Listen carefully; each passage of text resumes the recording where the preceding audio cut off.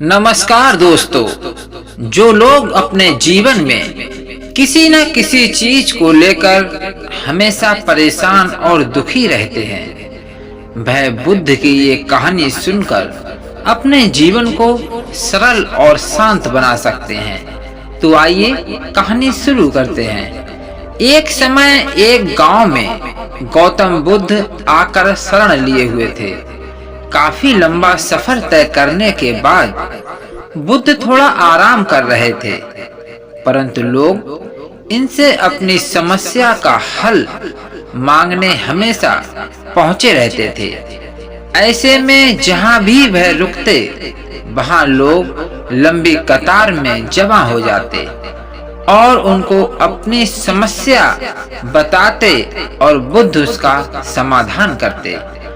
उसी गांव में एक सड़क के थोड़ा किनारे पर एक भिखारी बैठा करता था। वह ये रोज देखता कि लोग अपने दुख दर्द और अपनी गंभीर से गंभीर रूपी समस्या को लेकर आते हैं, और जब वह वहां से जाते हैं तो उनका चेहरा बेहद खिलखिला रहा होता है।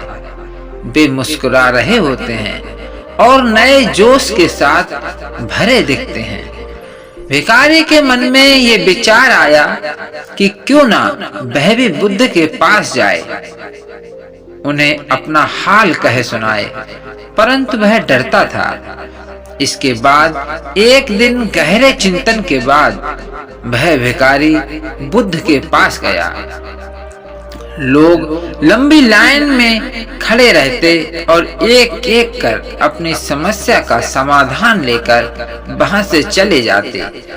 ऐसे में गौतम बुद्ध के चेहरे पर सदा मुस्कान रहती और वे हमेशा इसी तरह समस्या का हल बताते।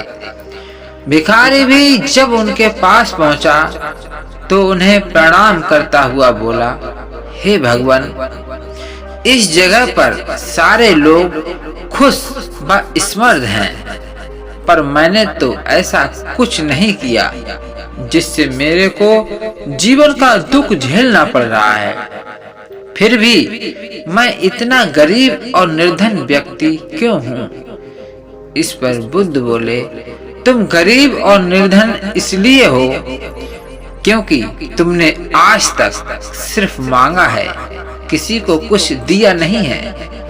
तो वहां खड़े लोग सब हैरान रह गए और सबके मन में ये सवाल उठने लगा कि ये गरीब किसी को क्या दे सकता है। इस पर गरीब भिखारी ने बोला कि भगवान, मैं खुद भीख मांगकर गुजारा करता हूँ, भला मैं किसी को क्या दे सकता हूँ। भगवान बुद्ध थोड़ी देर चुप रहे, फिर चुप्पी तोड़कर बोले कि तुम्हारे पास बहुत कुछ है देने को। ईश्वर ने तुम्हें बहुत कुछ दिया है बांटने के लिए, जिसमें सबसे पहले तुम्हारे ये दो हाथ हैं, जिनसे तुम लोगों की मदद या सेवा के लिए इस्तेमाल कर सकते हो। तुम्हारे पास मुस्कुराहट है, जिसे देकर तुम दूसरों में नई ऊर्जा का संचार कर सकते हो। मुंह से दो मीठी बातें बोल सकते हो।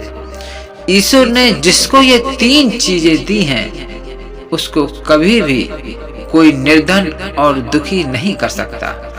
निर्धन होने का विचार तो सिर्फ हमारे मन में पनपता है। ये एक सिर्फ भ्रम है जिससे तुम्हें उभरना चाहिए और अपनी जिंदगी की नई शुरुआत करना चाहिए। वह भगवान बुद्ध को प्रणाम करके अपने घर चला गया, क्योंकि उसे अपनी समस्या का समाधान मिल गया।